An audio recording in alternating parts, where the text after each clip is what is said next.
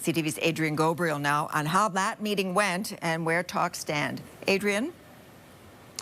Sandy, negotiations thus far have placed Ukraine, Europe, and the West at a precarious crossroad. Agreeing to Russia's initial terms would chart a new world order, where countries who invade sovereign democratic nations are rewarded rather than punished.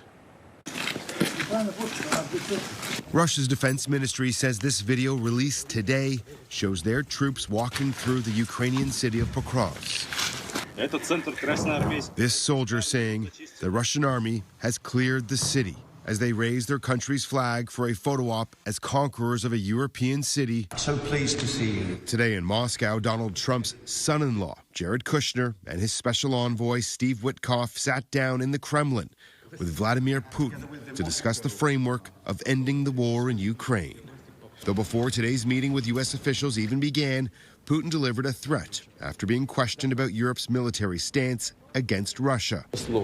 Russian president saying, "We are not planning to go to war with Europe, but if Europe wants to, we are ready right now." Mr. Putin has to persuade his people that all these years of fighting was worthwhile.